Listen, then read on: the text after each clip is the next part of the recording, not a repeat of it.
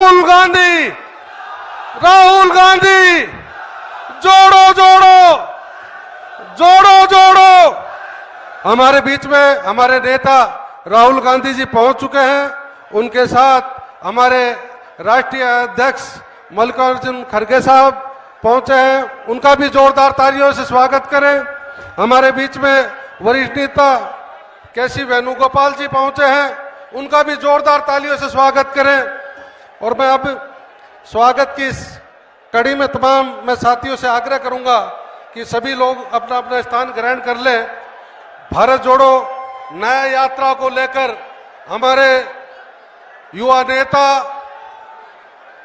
हमारे किसानों के मसीहा, हमारे लिए संघर्षशील नेता आदरणीय राहुल गांधी जी मणिपुर से चलते हुए जो 6,700 किलोमीटर की यात्रा है, उस यात्रा को लेकर इस आदिवासी अंचल में धार डिस्ट्रिक्ट में इस बदनावर में आज पहुंचे हैं। इस युवा अधिकार रैली में आपका स्वागत है, अभिनंदन है। मैं आग्रह करूंगा हमारे प्रदेश कांग्रेस कमेटी के अध्यक्ष और सीएलपी के नेता भाई उमंग सिंगार जी से वो राहुल गांधी जी का यहाँ की आदिवासी जो परंपरा है, आदिवासी जो परंपरा है उसके अनुसार और साफा पहनाकर आप स्वागत करें आदरणीय राहुल गांधी जी का। और मैं उसके बाद हमारे राष्ट्रीय अध्यक्ष मल्लिकार्जुन खड़गे साहब, उनका भी इस आदिवासी परंपरा से स्वागत हो रहा है। बहुत ही जोश और बहुत ही उत्साह इस आदिवासी अंचल में है। हेमंत कटारा जी से कहूंगा वो भी साथ रहकर स्वागत करें। और इसके बाद हमारे जिला कांग्रेस कमेटी के अध्यक्ष कमल किशोर पाटीदार, भंवर सिंह शेखावत जो यहाँ से विधायक हैं, हमारे विक्रांत भूरिया जी, प्रताप गरेवाल जी, सुरेंद्र हनी जी, कृपा जिनका नाम लूं वही आगे आए, हीरालाल अलावा जी, झूमा सोलंकी जी, सेना पटेल जी, मुकेश पटेल जी, महेश पटेल जी, राधेश्याम मोयल, महेंद्र कन्नौज और जयवीर मेड़ा, ये भी आकर इस परंपरागत आदिवासी परंपरा के अनुसार आप स्वागत करें। आज राहुल गांधी जी, मैं बताना चाहता हूं, मैं एक लंबे समय से इस आदिवासी क्षेत्र में हूं। आपके परिवार के प्रति, आपके प्रति जिस प्रकार इनके दिलों में स्नेह है, जिस प्रकार की श्रद्धा है, वास्तव में आपको अपना परिवार का ये मानते हैं। और आप इनकी लड़ाई लड़ने के लिए सड़कों पर उतरे हैं, ये इस बात को भी जानते हैं। मैं इस स्वागत की बेला में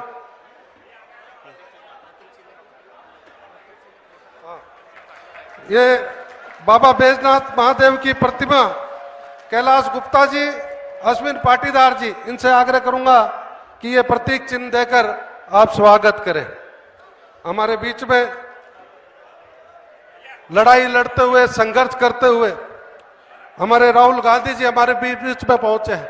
राहुल गांधी जी वो नेता हैं जिन्होंने पहले कन्याकुमारी से कश्मीर तक चलकर एक इतिहास रचा था और आज फिर 6,700 किलोमीटर की एक यात्रा करके एक पुनः इतिहास रचने जा रहे हैं।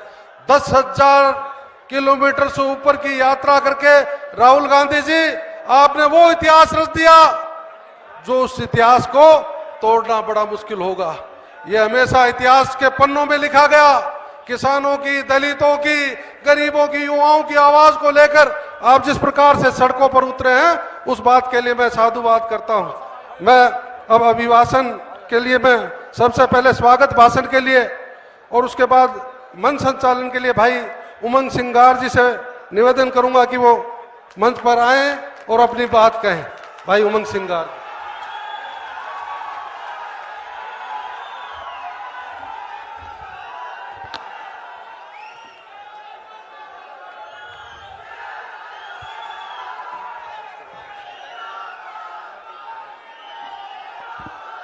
आज के कार्यक्रम के हमारे अतिथि प्रमुख कांग्रेस प्रेसिडेंट मल्लिकार्जुन खड़गे जी, इस न्याय यात्रा के प्रमुख हमारे प्रिय नेता राहुल गांधी जी, दिल्ली से पधारे हमारे संगठन प्रभारी वेणुगोपाल जी, हमारे पूर्व मुख्यमंत्री दिग्विजय सिंह जी, हमारे इस यात्रा के मीडिया और एआईसीसी के प्रमुख जयराम रमेश जी, प्रदेश कांग्रेस के अध्यक्ष जीतू पटवारी जी, डिप्टी लीडर हमारे हेमंत कटारे जी और सम्मानित सभी सांसद, विधायक, सम्मानित मंच और दूर दूर से पधारे किसान भाई, आदिवासी भाई, दलित भाई, सबको मेरा राम राम। राम राम।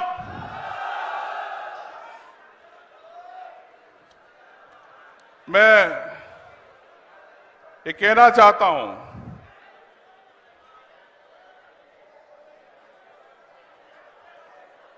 कि इस बार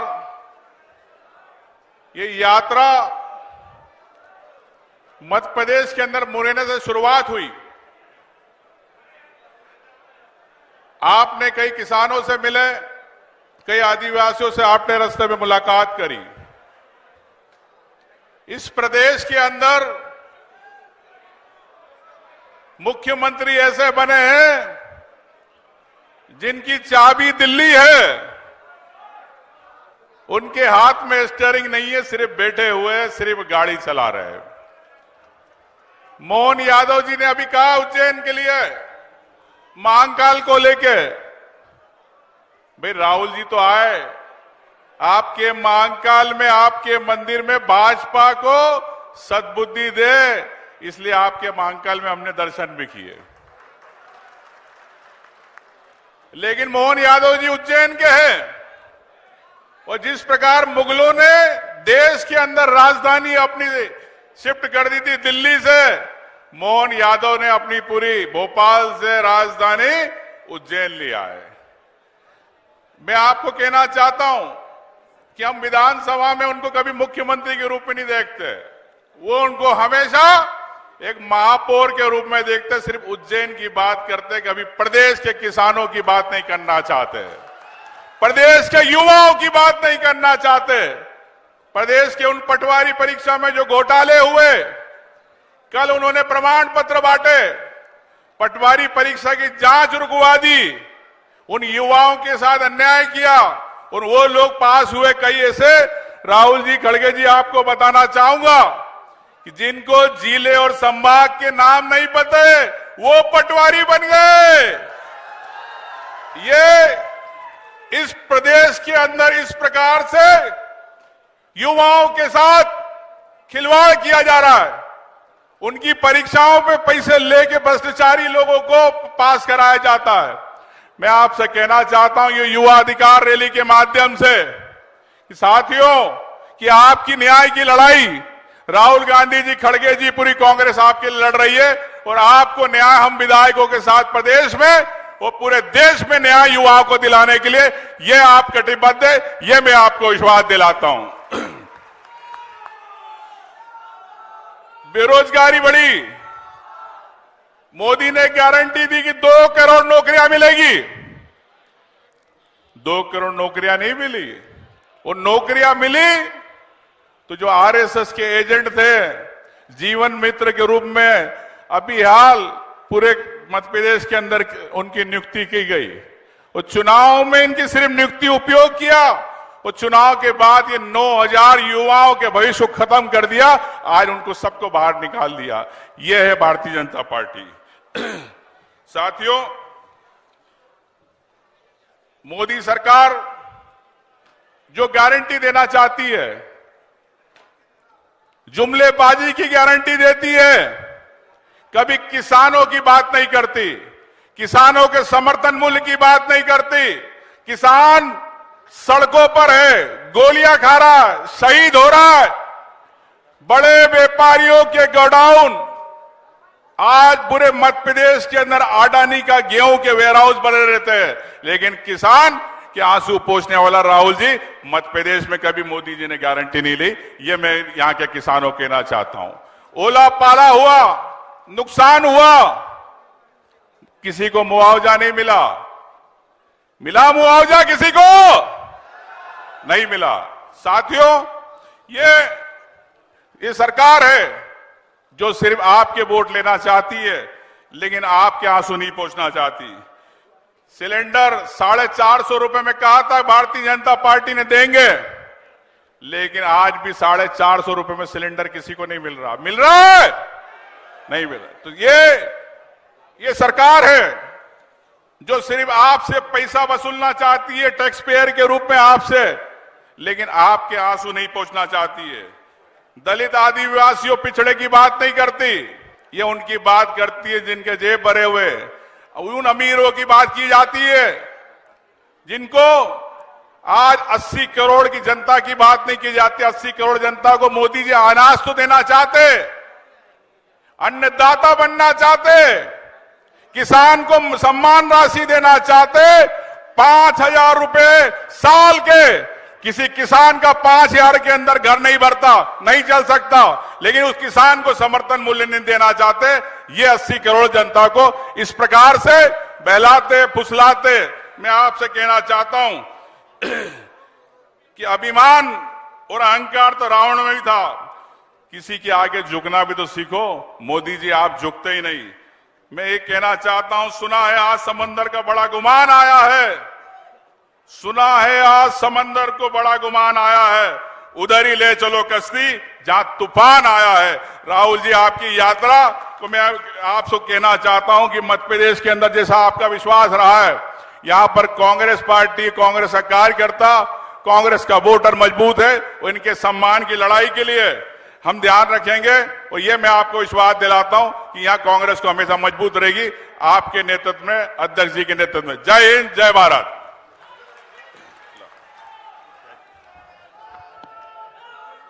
इस अगली कड़ी में हमारे यूथ कांग्रेस से अग्रत विक्रांत भूरिया जी को मैं आमंत्रित करता हूं।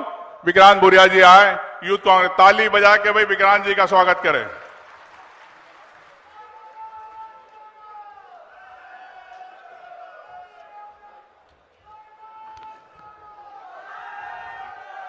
एक जोरदार नारे से शुरुआत करेंगे। भारत माता की, भारत माता की, वंदे वंदे, जय जवान, जय जवान। हमारे बीच में हमारे राष्ट्रीय अध्यक्ष परम आदरणीय मल्लिकार्जुन खड़गे जी, हम युवाओं की आवाज, गरीबों की आवाज, शोषितों की आवाज, हमारे आदरणीय राहुल गांधी जी, एक बार जोरदार तालियों से हम उनका स्वागत करते हैं। हमारे बीच में उपस्थित केसी वेणुगोपाल जी, हमारे बीच में उपस्थित जयराम रमेश जी, हमारे यूथ कांग्रेस के राष्ट्रीय अध्यक्ष बीवी श्रीनिवास जी, हमारे आदरणीय दिग्विजय सिंह जी, आप सबका यूथ कांग्रेस के इस अधिकार, युवा अधिकार सम्मेलन में मैं दिल से स्वागत करता हूं। आदरणीय राहुल गांधी जी, मैं आपसे साफ साफ बात कहना चाहता हूं, क्योंकि ये युवाओं का सम्मेलन है, तो युवाओं की आवाज तो बुलंद करना पड़ेगी कि नहीं करना पड़ेगी? आज युवा क्या चाहता है? आज युवा रोजगार चाहता है कि नहीं चाहता? और पूरी ताकत से चाहता है। मैं आपसे बात रखता हूं कि मैं उनकी पीड़ा समझता हूं, क्योंकि मैं कॉम्पिटिटिव एग्जाम से यहां पहुंचा हूं। डॉक्टर बना, सर्जन बना, लड़ाई लड़ने के लिए तैयार हुआ। मैं ये समझता हूं कि जब कोई प्रतियोगिता परीक्षा दे रहा होता है तो कोई व्यक्ति परीक्षा नहीं देता है, पूरा परिवार परीक्षा दे रहा होता है। उसकी मां, बाप, बेटा, बहन सब परीक्षा देते हैं। और अब मध्य प्रदेश में क्या हो रहा है? मध्य प्रदेश में एक कहावत चल रही है राहुल जी, जो कहावत है कि यहां पर एग्जाम से डर नहीं लगता, घोटालों से डर लगता है। सही है कि नहीं सही? और सबसे बड़ी बात है कि यहां एग्जाम कब होता है ये पता नहीं, रिजल्ट आएगा कि नहीं आएगा ये पता नहीं, और रिजल्ट आ गया तो घोटाला हो जाएगा ये पता नहीं है और हकीकत है। मैं आप सबसे ये बोलना चाहूंगा, राहुल जी हम लड़ने भिड़ने से नहीं डरते। अभी 13 तारीख को हमने जंगी प्रदर्शन यूथ कांग्रेस ने भोपाल में करा, रोजगार की लड़ाई लड़ी। मैं खुद 3 दिन जेल रहा था और लड़ने से हम नहीं डरेंगे। संघर्ष करेंगे, बैकलॉग के 1.5 लाख पद को भरवाने का काम करेंगे। हम लोग युवाओं को रोजगार दिलवाने का काम करेंगे। और आपकी जो ये सेना है ये कमजोर सेना नहीं है, हम दम से लगेंगे। युवाओं की बात है कि झुक झुक कर सीधा खड़ा हुआ, अब और झुकने का शौक नहीं। झुक झुक कर सीधा खड़ा हुआ, अब और झुकने का शौक नहीं। खुद के हाथों स्वयं रचा, तुमसे घटने का शौक नहीं। हालातों की भट्टी में जब जब तुम मुझको झोंकोगे तब तब कर सोना बढ़ूंगा मैं। तुम मुझको कब तक रोकोगे, तुम मुझको कब तक रोकोगे। तो आदरणीय राहुल जी, आपने हमें मौका दिया, इसके लिए हम बहुत बहुत धन्यवाद देते हैं। एक नारा आखिरी में सब लगाएंगे, संविधान की रक्षा कौन करेगा,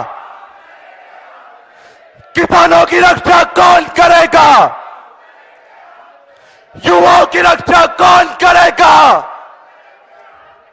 बहुत बहुत धन्यवाद। आपने डरो मत बोला है, पूरी ताकत से डरेंगे नहीं और जेल फिर जाना पड़े फिर भी जेल जाएंगे, पर आपकी आवाज को बुलंद करेंगे। बहुत बहुत धन्यवाद। धन्यवाद अध्यक्ष जी। अब अगली कड़ी में जुझारू हमारे साथी अध्यक्ष प्रदेश के जीतू पटवारी जी, इनके लिए भी ताली बजवाए। जय जोहार। आदरणीय हमारे बीच में हमारे राष्ट्रीय अध्यक्ष पहली बार बदनावर और धार की इस भूमि पे आए, जरा जोरदार तालियों से उनका स्वागत करो। मंच पर विराजित युवाओं के नेता, हमारे प्रेरणा के स्रोत और पिछले 10 साल से लगातार नरेंद्र मोदी की न ईडी से डरे, न सीबीआई से डरे, न कोई एजेंसी से डरे, केवल देश की आत्मा के लिए, देश की सच्ची और अच्छी भावना के लिए लगातार लड़ने वाले हमारे राहुल जी हमारे बीच में है। यात्रा लेके आए, भारत जोड़ो न्याय यात्रा। जरा जोरदार तालियों से उनका स्वागत करें। मंच पर विराजित सभी हमारे सम्मानित नेतागण, मैं सबसे क्षमा मांगता हूं और आप सब यहां उपस्थित सभी परिवार के साथीगण। साथियों, एक ऐसा व्यक्ति, एक ऐसा नेता जिन्होंने पिछले साल भारत जोड़ो यात्रा देश में कन्याकुमारी से कश्मीर तक पिछले 200 साल के इतिहास में कोई एक व्यक्ति ऐसा नहीं हुआ जिन्होंने इस उद्देश्य को लेकर कि जिसमें प्रेम की, प्यार की, मोहब्बत की और नफरत के बाजार में मोहब्बत की दुकान खोलने की बात करी कि नहीं करी। तो मैं मानता हूं हम सबका दायित्व है उस आवाज को ताकत देने का। यही आइडियोलॉजी है कांग्रेस की, यही आइडियोलॉजी है सभी धर्मों की और यही आइडियोलॉजी है भारतवर्ष के संविधान की। हम सब इस ताकत को और ताकत दें, इसमें जहां जिससे जैसा बन पड़े हम सब सहयोग करें। साथियों, आज है युवाओं के लिए एक खास दिन। जैसा अभी उमंग सिंगार जी बता रहे थे, हमारा प्रदेश ऐसा है जिसमें भर्तियों के घोटाले होते हैं। 40 एग्जाम हुई, 40 में ही घोटाले। हमारा प्रदेश ऐसा है जिसमें पूरे प्रदेश में व्यापम का घोटाला हुआ, पटवारी का घोटाला हुआ, अभी पुलिस भर्ती का घोटाला हुआ, नर्सों के एग्जाम समाप्त हो गए। एक तरह से हमारी सरकार ने दृढ़ संकल्प ले लिया है कि हम युवाओं के भविष्य को निस्नाबूद कर देंगे। साथियों, लोकतंत्र में जो जीता वो सिकंदर। हमें पता है अभी 2 महीने पहले जो चुनाव हुए हम पीछे रह गए हैं, पर लोकतंत्र का यह भी तकाजा है कि दूसरी पटरी पर रहकर विपक्ष की भूमिका निभाना। और वो कैसे निभाना? जैसे राहुल गांधी जी कहते हैं, डरो मत और लड़ो। जब लड़ोगे तो लोगों के लिए, लोगों के कामों के लिए, तो अपने आप कांग्रेस पार्टी अपना धर्म निभाएगी। साथियों, आप सबको एहसास होना चाहिए कि इस बार मुख्यमंत्री विधायकों के वोट का है, जनता के वोट का नहीं बना है। इस बार मुख्यमंत्री वो नरेंद्र मोदी जी की चिट्ठी और पर्ची लेके आए थे और ऐसे शिवराज जी को दी कि शिवराज जी पढ़ो।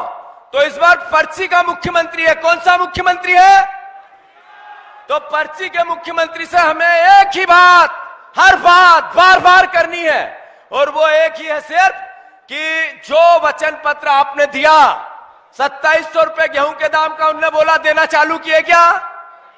उन्होंने 3100 के धान का बोला था, देना चालू किया क्या? 3000 लाडली बहनों को देने का कहा था, देना चालू किया क्या? उन्होंने 400 और 450 का गैस सिलेंडर आपको मिलने लगा क्या? जब सब में ना है तो फिर यह सरकार चैन से कैसी रह सकती है?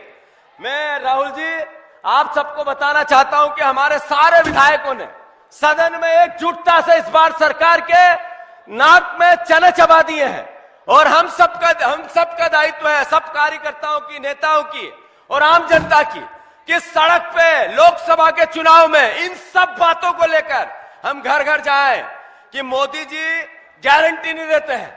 मोदी का सबसे बड़ा झूठ था 2 करोड़ रोजगार का, दूसरा सबसे बड़ा झूठ था किसानों की एमएसपी का, तीसरा सबसे बड़ा झूठ था काले धन और 15 लाख का।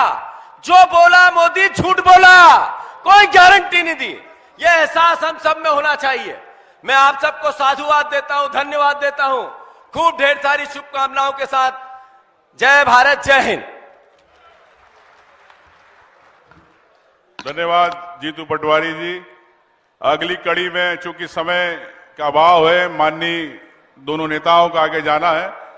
अगली कड़ी में हमारे कांग्रेस के राष्ट्रीय अध्यक्ष मल्लिकार्जुन खड़गे जी को मैं आमंत्रित करता हूं कि वो इस आदिवासी अंचल के अंदर आज इस न्याय यात्रा के लिए शब्द के ताली बजा के भाई स्वागत कीजिए खड़गे जी का।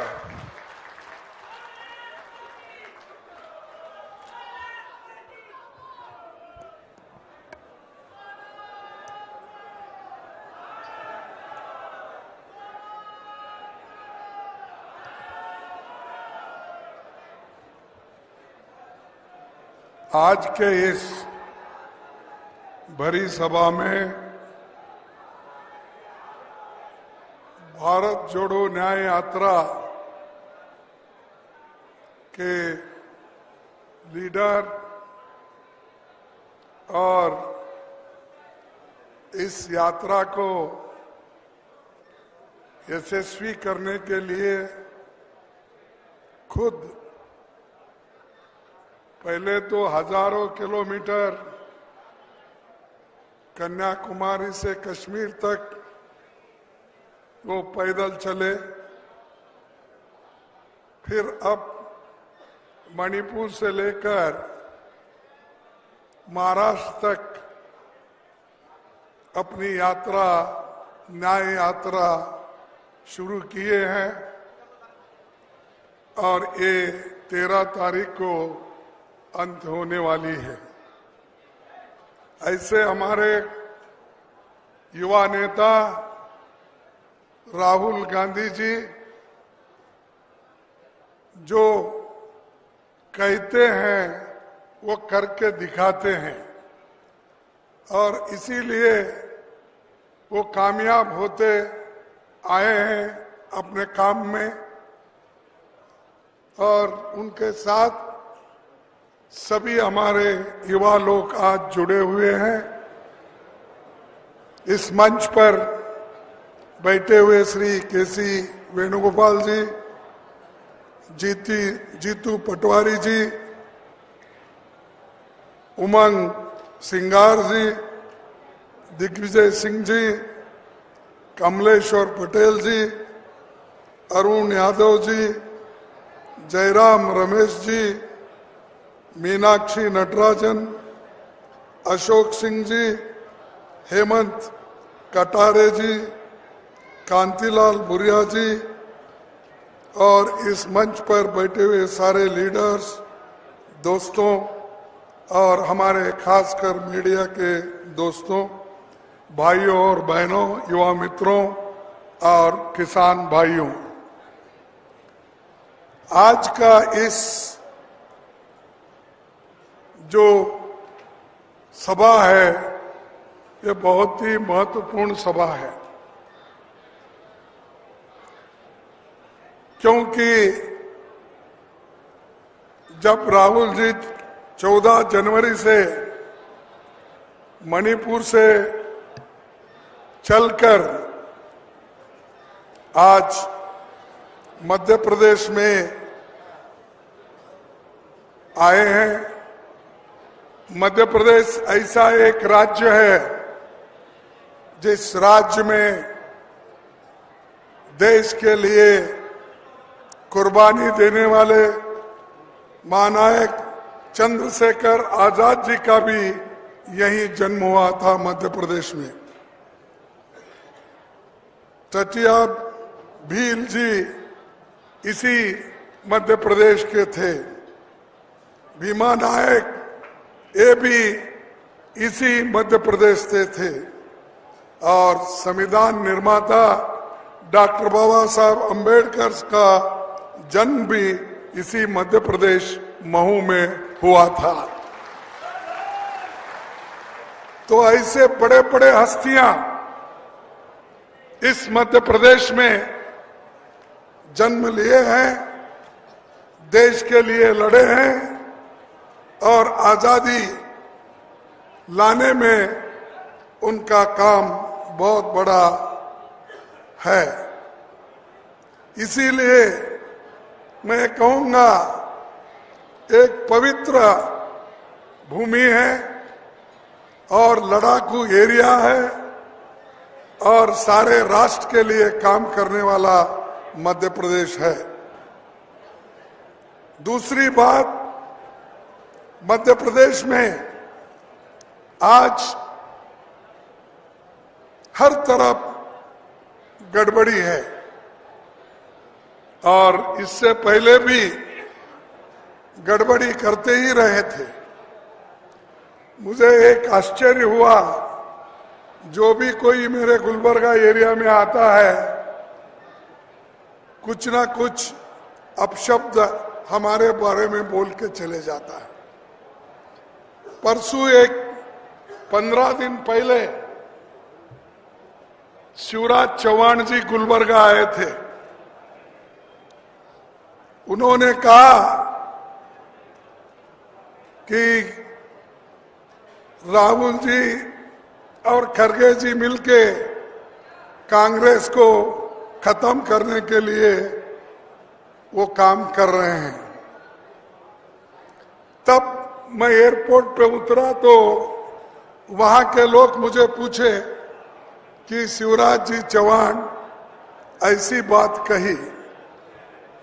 तब मैं उनसे यही कहा, भाई कोई अगर बीजेपी वाले यहाँ है और मीडिया के लोग फिर से अगर उसको मिलते हैं तो आप पूछो कि शिवराज चौहान को क्यों निकाला गया,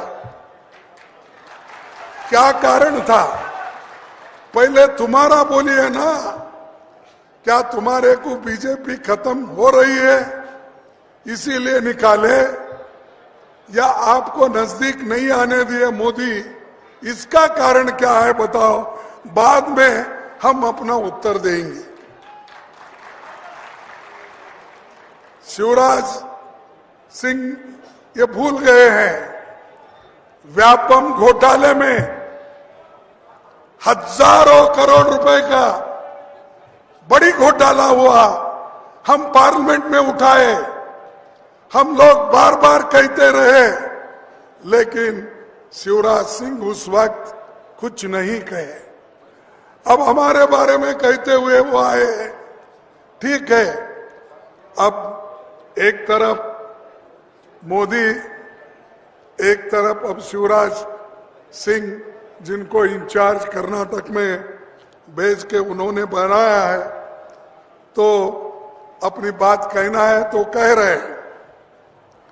मैं आप लोगों से अपील करता हूं, ये जल, जंगल और जमीन,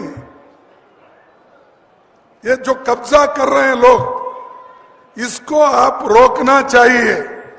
रोकने के लिए आपकी एकता की जरूरत है और ये कहना चाहिए कि ये जंगल, जमीन और जल, ये हमारा प्रॉपर्टी है, ये आपका और मोदी जी का नहीं है, इसको हम बेचने नहीं देंगे, इसे हम बेचने नहीं देंगे, ये आपको कहना होगा।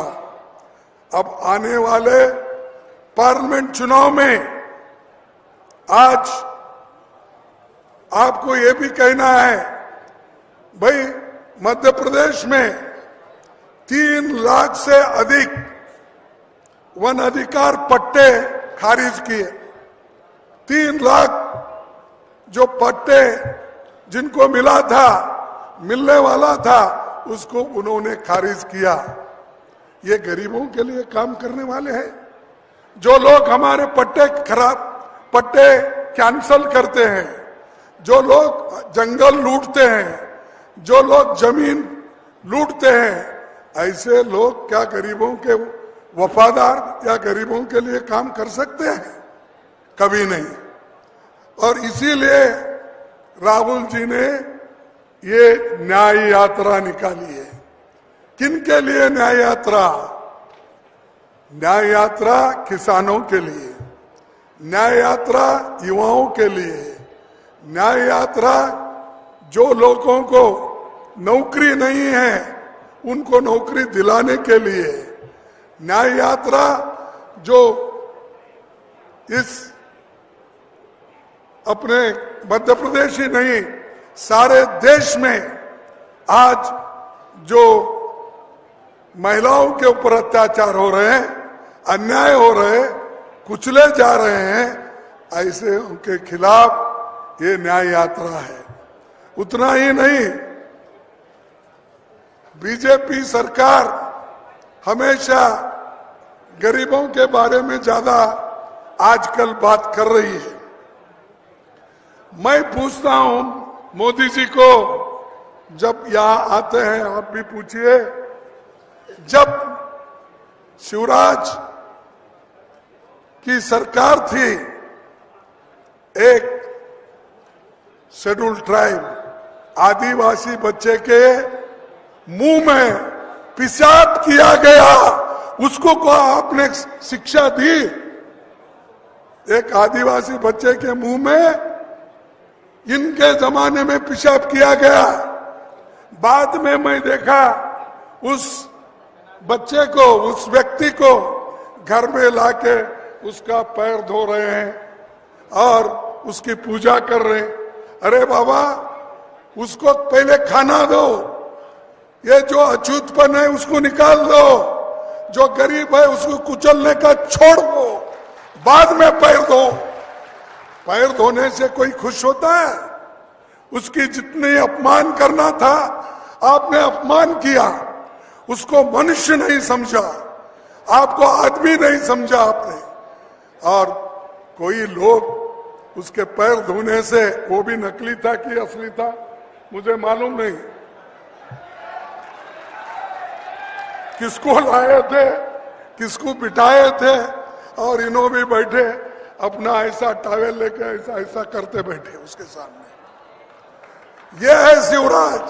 और ये हाथी के दांत खाने के एक होते हैं, दिखाने के एक होते हैं, उसमें यही शिवराज है, यही बीजेपी है ये।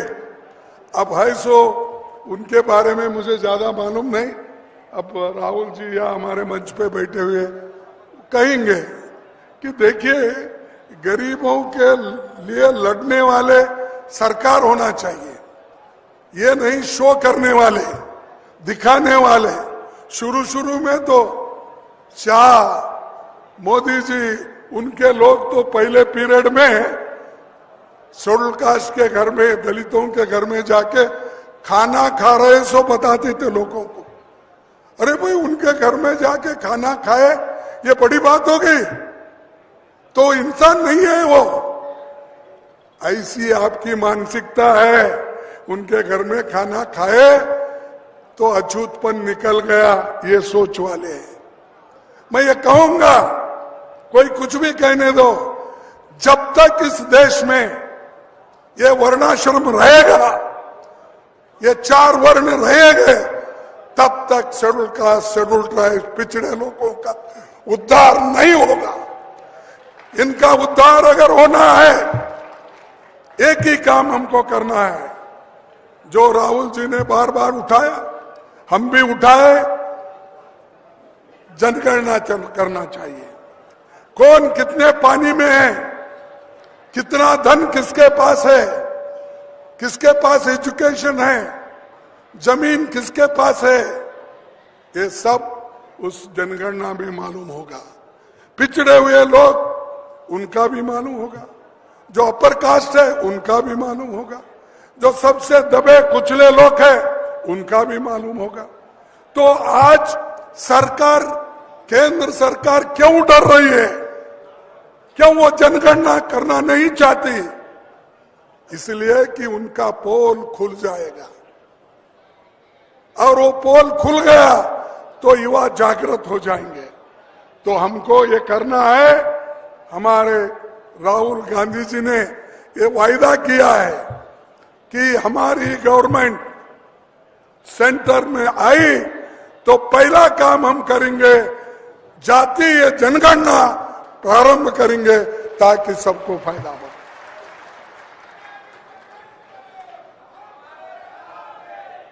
अगर मोदी है तो मुमकिन है, ये स्लोगन बहुत चलता है। तो मैं कहूंगा, मोदी के जमाने में 45 सालों में सबसे ज्यादा अगर बेरोजगारी कब हुई तो वो मोदी जी के जमाने में हुई। बढ़ती महंगाई सबसे ज्यादा कब हो गई, वो मोदी जी के जमाने में हुई। मोदी जी अमीर और गरीब में जो खाई है वो कम नहीं कर सके, क्योंकि वो चाहते ही नहीं। वो ये चाहते हैं कि अमीर अमीर हो जाए, गरीब गरीब हो जाए, यही उनका मंशा है। और हमेशा वो टीका करते हैं कांग्रेस के ऊपर, परिवारवाद। अरे भाई, कोई हमारे पास कांग्रेस में गांधी परिवार के प्राइम मिनिस्टर बने, डिप्टी प्राइम मिनिस्टर बने। राजीव गांधी जी के बाद एक व्यक्ति किसी जगह पे हमारे देश में नहीं था। लेकिन आप लोग एक के पीछे एक लगे हुए हैं और खुद लोग आप सत्ता के लिए लड़ रहे हो। सत्ता अगर मिली तो सोनिया गांधी जी ने ठुकरा दी, और यहां सत्ता के लिए लड़ते रहते हो बीजेपी के, और ऊपर से और यहां लोग बीजेपी में लड़ते रहते हैं, लोग एक को निकालना, एक को रखना, सब करते रहते हैं। और मोदी जी हमेशा अपनी बात करते हैं और हमेशा मोदी की गारंटी। अरे भाई, लोग तो ये कहते हैं आप देश के प्रधानमंत्री हो, आप कहो तुम्हारी पार्टी की गारंटी, तुम कहो कि भाई ये बीजेपी की गारंटी। वो सब छोड़ के सभी चीजें अपने ऊपर लेकर ये मोदी की गारंटी है। क्या गारंटी है? 2 करोड़ नौकरियां देने का वायदा किया था, वो गारंटी दिए थे। क्या वो गारंटी कामयाब हो गई? अरे वो मोदी जी खुल के बोलते हैं मेरी 56 इंच की छाती है और मैं आपको 2 करोड़ नौकरियां हर साल दूंगा। दिए वो? ये झूठ बोल रहे हैं आप, क्योंकि प्रधानमंत्री कैसा झूठ बोलता है? या तो आप झूठ बोल रहे या नहीं तो प्रधानमंत्री।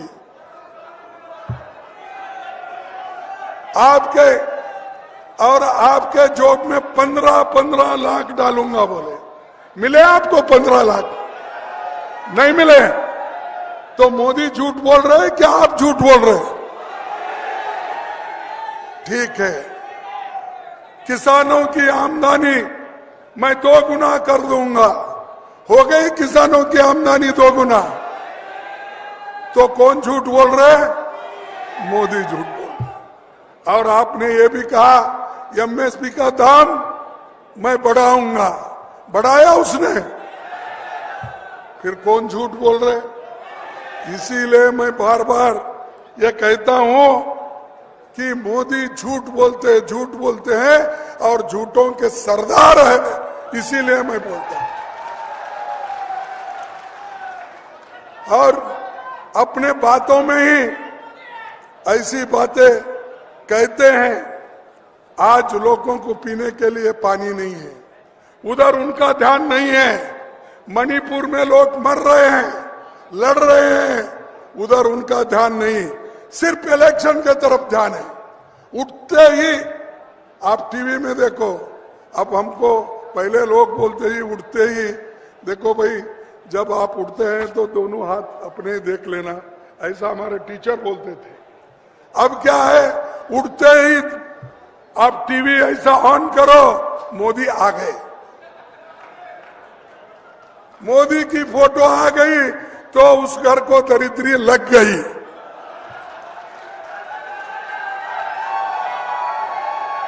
तो वो विकास चाहते नहीं, गरीबों की भलाई नहीं चाहते, हमारे बच्चों की पढ़ाई नहीं चाहते, क्योंकि उनको अगर पढ़ लिख के गरीब बच्चे अगर आगे आए तो उनको मुश्किल है। इसीलिए वो हमेशा हमारे गरीबों के खिलाफ भी अपना डंडा उठाते हैं। और जब कांग्रेस पार्टी बढ़ती है,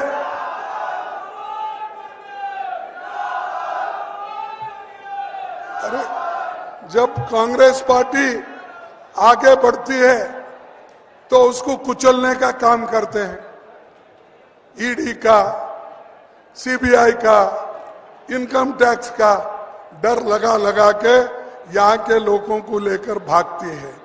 जीती हुई सरकार हमारी थी लास्ट टाइम, जब राहुल जी खुद हर जगह जाके उन्होंने यहाँ पर कामयाब एक सरकार तैयार की थी। यहाँ के एमएलए को खरीद फरोख्त करके उन्होंने हमारी सरकार गिराई। तो ये जीतने के बाद भी गिराने वाले लोग ये बीजेपी के लोग हैं। और बात बढ़िया करते हैं। अब रिसेंटली सुप्रीम कोर्ट का एक जजमेंट आया है। क्या आया है कि पहले तो सुप्रीम कोर्ट ने कहा कि भाई जो बॉन्ड, इलेक्शन में हम लोगों को जो चंदा देते हैं वो इलेक्शन बॉन्ड के रूप में, वो जो बॉन्ड दिए हैं उनका बॉन्ड दिए लोगों का नाम तुम पब्लिश करो, कौन किस किस के पास ये बॉन्ड लिए हैं उनका नाम प्रकट करो, ये सुप्रीम कोर्ट ने कहा। लेकिन आज रिजर्व बैंक ऑफ इंडिया ने ये कहता है कि हमारे पास अभी उतने आंकड़े नहीं मिले, जल्दी नहीं कर सकते, हम खुलासा करेंगे नाम का जून के बाद। अरे आपके पास नाम है तो खुलासा क्यों नहीं करते? ये जो है बीजेपी की बात सुन के आज रिजर्व बैंक ऑफ इंडिया उन लोगों का नाम खुलासा नहीं कर रही जो उनको चोरी से बॉन्ड दिए, जो ईडी में उनको क्लीन करने के लिए जो उनके पास पैसे लिए, उनका नाम खुलासा नहीं करना चाहते। ये है मोदी जी, दिखाते एक, करते एक, और जो पैसे उनको दिए उनका नाम बताने में क्या अर्ज है भाई? क्यों आप छुपा रहे हो? क्यों आप बंद कर रहे हो? इसका मतलब यही है कि ये सारे लोग चोरी करके चंदा जमाए हैं और उसके नाम पे वो लोग और भी चंदा लूटना चाहते हैं। तो भाइयों, मैं ज्यादा वक्त आपका नहीं लेता, लेकिन यहाँ पर हर घोटाला हुआ, व्यापम तो है ही है, फिर उसके बाद उज्जैन महाकाल का घोटाला, भगवान के नाम पे भी घोटाला चलते हैं मध्य प्रदेश। और उसके बाद भ्रष्टाचार तो है, लेकिन यही लोग हम लोगों को हमेशा यही बोलते कांग्रेस सरकार ठीक नहीं, कांग्रेस सरकार ये की भी की। और एक बात आपको बताता हूं,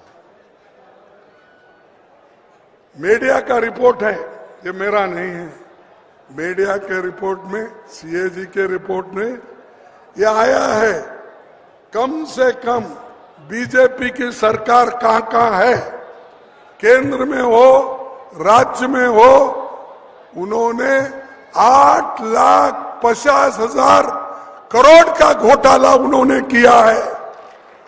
ये सीएजी रिपोर्ट में है, मीडिया के रिपोर्ट में है। आप पूछिए किसको भी, इतना रहते हुए भी ये लोग ऐसा समझते हैं हम बड़े पाक हैं, और हर पार्टी के लोगों को वो ले लेते हैं अपने पास। लेने के बाद पहले तो बोलते हैं करप्ट है, ये कलंकित है बोलते हैं, लेकिन उनको बीजेपी में जाने के बाद, उसमें खास करके हमारे जो शाह है होम मिनिस्टर, जिन्होंने ईडी सीबीआई रख लिया, जिन्होंने कोऑपरेटिव सोसाइटी रख ली, ये नेता सबको अंदर लेते हैं। उनके पास होम मिनिस्ट्री में एक बहुत बड़ा वॉशिंग मशीन है, बहुत बड़ा वॉशिंग मशीन, उसमें ये कलंकित लोगों को डालने के बाद वो सब क्लीन हो जाते हैं, वो क्लीन हो जाते हैं। अरे भाई, कल तक तो करप्ट था, कल तक तो जब तक कांग्रेस में था उसको गालियां देते थे, फिर अब क्यों आए भी? तुम्हारे वॉशिंग मशीन में क्लीन हो गए। ऐसा देश को लूटने वाले लोग, देश के लोगों को भ्रमित करने वाले लोग, इनसे दूर रहना चाहिए, इनको सबक सिखाना चाहिए, और हम सब लोग एक होकर काम करना चाहिए। और मैं चंद बात गारंटी, जब कभी भी राहुल गांधी जी किसी राज्य में जाते हैं, उन्होंने गारंटी दी, चाहे तेलंगाना हो, चाहे कर्नाटक हो, आज जो गारंटी उन्होंने दी थी, वो गारंटी हमने इम्प्लीमेंट किया, उसको लागू किया। चाहे वो 5 गारंटी कर्नाटक के हो, 6 गारंटी तेलंगाना के हो, हमने किया। और हमारी सरकार केंद्र में अगर आएगी, हम जो गारंटी हम दे रहे हैं, एमएसपी का लीगलाइज गारंटी, युवाओं के लिए जो गारंटी हम दे रहे हैं, उसकी घोषणा राहुल जी करेंगे। और जो किसानों के लिए, गरीबों के लिए, महिलाओं के लिए, युवाओं के लिए हमारे जो भी गारंटी है, वो हम दिला के रहेंगे। हमारी गवर्नमेंट अगर आई तो जरूर हम दिलाएंगे, उसमें कोई शक नहीं है। भाइयों, मैं एक ही बात आपके सामने कहकर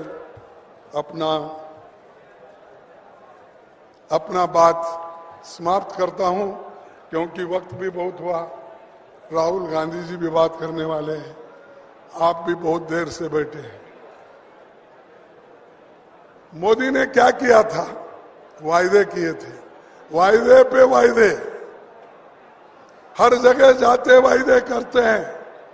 तो मैं एक वायदा उनका आपके सामने कहना चाहता हूं, पढ़ के सुनाना चाहता हूं।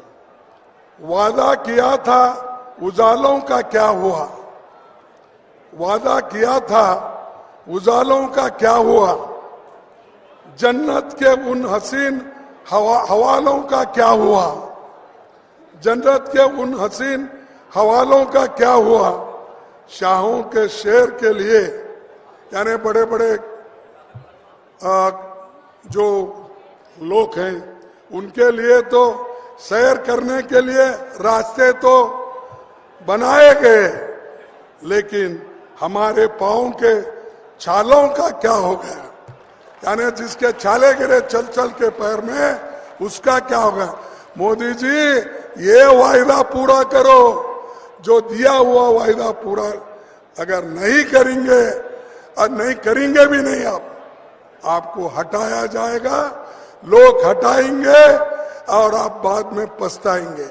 तो ये आने वाले चुनाव में 2024 में तुम डटकर मुकाबला करना होगा, एक होकर मुकाबला करना होगा, ये देश के लिए, ये देश के जमहूरियत को बचाने के लिए, देश में एकता रखने के लिए और देश के संविधान को बचा कर रखकर आगे के पीढ़ी को राह दिखाने के लिए आप काम करना है। इसीलिए वो काम आप करेंगे, ये मैं कहकर मेरे बातों को समाप्त करता हूं। जय हिंद, जय मध्य प्रदेश। धन्यवाद खड़गे जी। जय हिंद। अरे खाना गिना खा के आए नहीं है? जय हिंद, जय हिंद, जय हिंद, जय कांग्रेस, जय कांग्रेस, जय कांग्रेस। आप सबको धन्यवाद, नमस्कार। धन्यवाद। हमारे अध्यक्ष मजदूरों के अधिकारों को लड़ने वाले देश के सबसे बड़े नेता, उनको धन्यवाद देता हूं। और 2 लाइनों के साथ हमारे नेता राहुल जी को आमंत्रित करूंगा।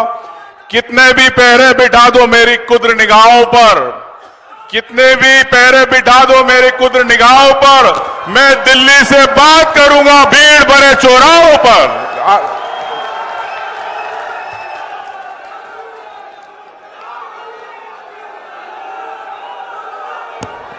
खारगे जी,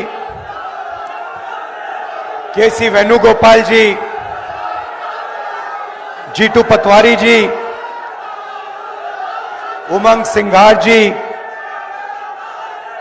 स्टेज पे कांग्रेस पार्टी के वरिष्ठ नेता, सब सीनियर नेता, एमएलएज, भाइयों और बहनों, हमारे प्यारे कार्यकर्ता, आप सबका यहां बहुत बहुत स्वागत, नमस्कार। थोड़ी रैली लेट चल रही है, 2-3 घंटे लेट चल रही है, आपको यहां थोड़ा ठहरना पड़ा, इसके लिए आपसे मैं स्वयं माफी मांगता हूं। आपका मूड कैसा है?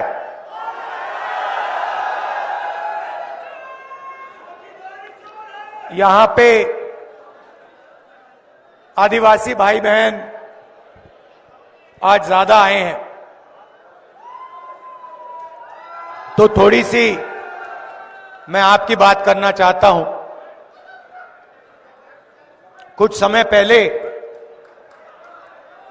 किसी ने मुझे मोबाइल फोन पे एक वीडियो भेजा।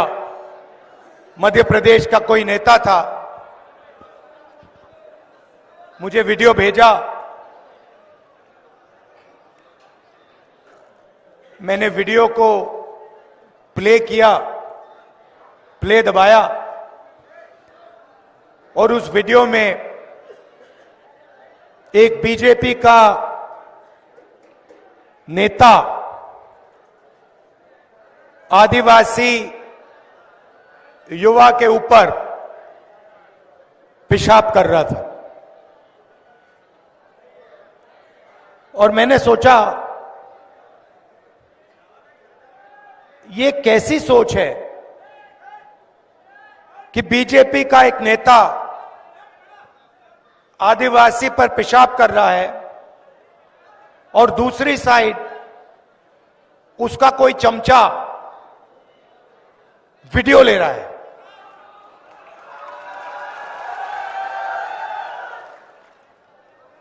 और वो वीडियो सिर्फ मध्य प्रदेश में नहीं, पूरे देश में वायरल हुआ, शायद वो देश के बाहर भी गया होगा।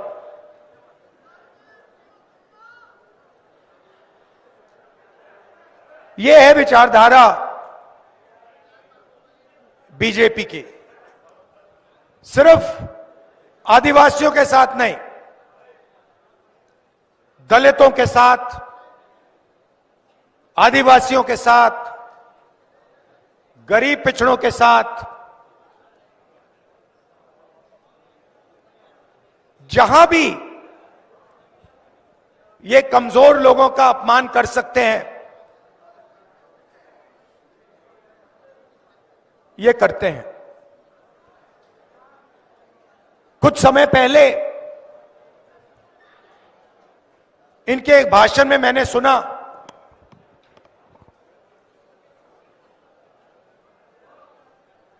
आदिवासियों को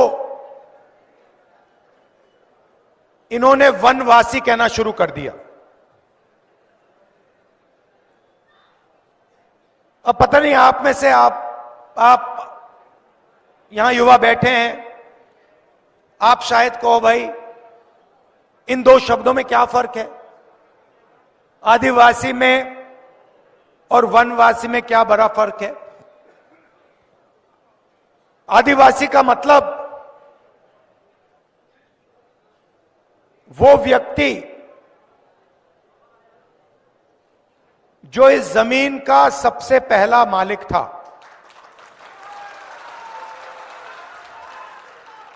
ये लोग आपको बताते नहीं हैं, मगर ऐसा समय था जब इस देश में, पूरे देश में आदिवासी लोग रहते थे। आप देश के पहले मालिक हो, और ये आपको आदिवासी नहीं कहना चाहते, क्योंकि अगर ये आपको आदिवासी कहेंगे तो इन्हें आपको जंगल, जल और जमीन का हक देना पड़ेगा। क्योंकि आप कहोगे मोदी जी, शिवराज जी, हम आदिवासी हैं। आदिवासी शब्द का मतलब है कि हम हिंदुस्तान के सबसे पहले मालिक हैं। ये जल, ये जंगल, ये जमीन हमारी थी, और आज आपको जल, जमीन और जंगल का अधिकार हमें देना पड़ेगा। वनवासी का मतलब वो लोग जो जंगल में रहते हैं। आदिवासी हिंदुस्तान के ओरिजिनल मालिक, वनवासी वो जंगली लोग जो जंगल में रहते हैं। इससे बड़ा आपका अपमान नहीं हो सकता। आप वनवासी नहीं हो, आप हिंदुस्तान के ओरिजिनल मालिक हो। और इस बात को समझकर, इस बात को मानकर कांग्रेस पार्टी ने ट्राइबल बिल दिया, जमीन अधिग्रहण बिल दिया, पैसा कानून दिया, आपकी जमीन आपको वापस दी, जंगल में आपको हक दिया। क्यों? क्योंकि हम आपको आदिवासी मानते हैं। उनका कहना है कि भाई आप वनवासी हो, आप जंगल में रहो, आपको ना हम जंगल का हक देंगे, ना जल देंगे, ना जमीन देंगे, और आस्ते आस्ते आपसे जंगल भी छीनते जाएंगे।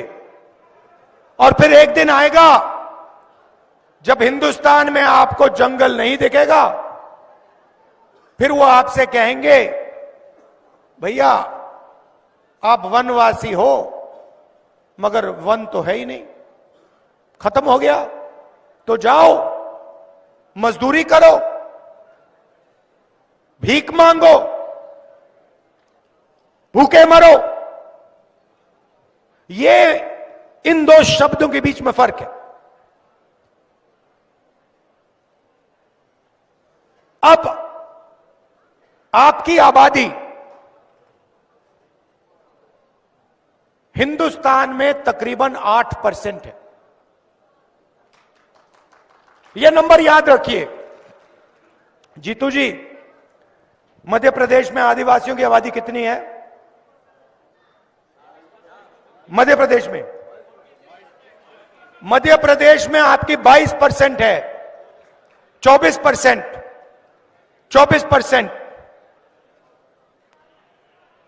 और हिंदुस्तान में आपकी आबादी 8% है।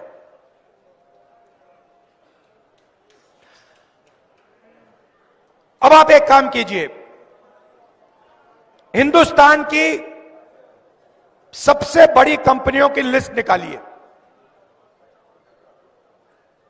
चाहते हो मैं आपको दे दूंगा, और उनके मालिकों के नाम पढ़िए। 200 मालिकों में से आपको एक मालिक आदिवासी वर्ग का नहीं मिलेगा। फिर मीडिया के मालिकों की लिस्ट निकालिए। ये बड़े बड़े जो एंकर हैं इनकी लिस्ट निकालिए। उस लिस्ट में आपको एक आदिवासी नाम नहीं मिलने वाला है। सही बोल रहा हूं, झूठ बोल रहा हूं? सही बोल रहा हूं ना? हिंदुस्तान की सरकार को 90 लोग चलाते हैं, आईएएस अफसर हैं।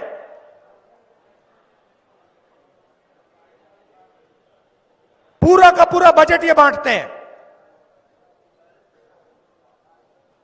डिफेंस में कितना जाता है, आपके बच्चों की शिक्षा में कितना जाता है, मनरेगा में कितना जाता है, स्वास्थ्य में कितना जाता है, ये 90 लोग डिसाइड करते हैं। बड़े बड़े ऑफिसों में बैठते हैं, दिल्ली में मंत्रिमंडलों में बैठते हैं, और आपका पैसा, जीएसटी का पैसा जो आप देते हो, आप जो सिर हिला रहे हैं, आपने शर्ट खरीदी, 18% आपने दिया। अदानी वही शर्ट खरीदता तो वो भी 18% देता, तो आपका पैसा है। 90 में से एक अफसर आदिवासी, एक।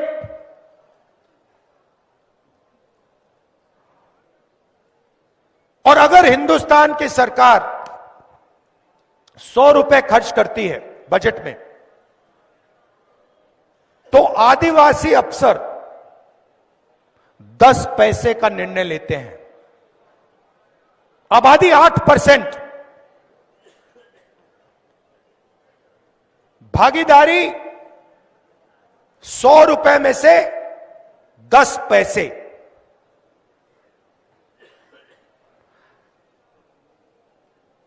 आपके बच्चे स्कूल यूनिवर्सिटी में जाते हैं, प्राइवेट कॉलेज, प्राइवेट यूनिवर्सिटी में आपको पैसा देना पड़ता है, लाखों रुपए लगते हैं। लगते नहीं लगते? लगते हैं ना। प्राइवेट कॉलेजेस, यूनिवर्सिटीज के मालिकों की लिस्ट निकालिए, उसमें आपको एक आदिवासी नहीं मिलेगा। चोट लगती है, प्राइवेट अस्पताल में जाते हैं, लाखों रुपए चले जाते हैं। सरकार उनको जमीन देती है, प्राइवेट अस्पतालों को, फ्री में। किसकी जमीन? आपकी जमीन। प्राइवेट अस्पतालों की लिस्ट निकालो, उसमें आपको एक आदिवासी नहीं मिलेगा, एक मालिक नहीं मिलेगा।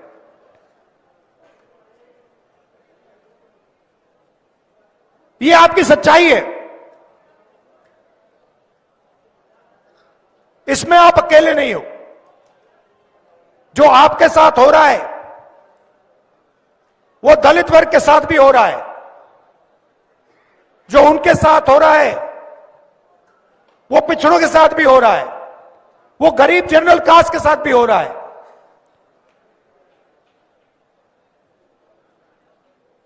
1-2% लोग हैं जिन्होंने पूरे हिंदुस्तान का कब्जा कर लिया है। अदानी जी यहां आपकी जमीन छीनते हैं, हिमाचल में सेब का बिजनेस करते हैं, मुंबई का एयरपोर्ट चलाते हैं, हिंदुस्तान के सारे पोर्ट्स उनके हाथ में, माइनिंग करते हैं, फूड स्टोरेज का बिजनेस करते हैं, सारा का सारा वही करते हैं और आप देखते ही रह जाते हो। आप स्कूल कॉलेज का पैसा देते हो, रोजगार मिलने का टाइम आता है आपसे कहते भैया रोजगार तो है ही नहीं, आपको रोजगार नहीं मिलेगा। आपको सर्टिफिकेट मिल गया, 5 लाख रुपया आपने प्राइवेट यूनिवर्सिटी कॉलेज को दे दी, मगर रोजगार आपको हिंदुस्तान में नहीं मिलेगा। क्यों? क्योंकि सारे छोटे बिजनेसेस को नरेंद्र मोदी ने बंद कर दिया, नोटबंदी की, जीएसटी की, और सारे के सारे छोटे जो व्यापारी हैं, स्मॉल मीडियम बिजनेस, वो बंद हो गए।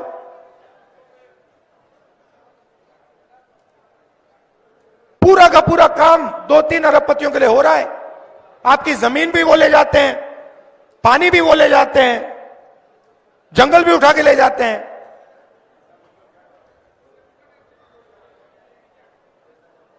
तो ये बदलना है।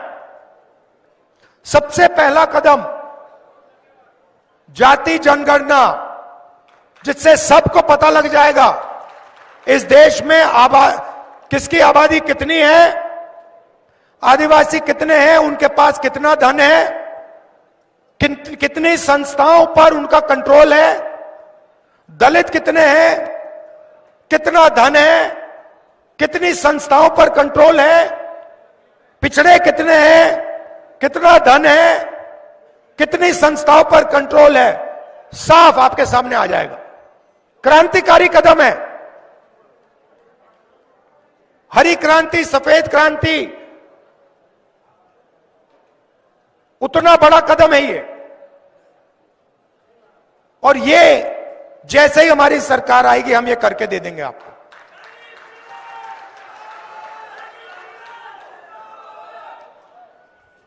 तो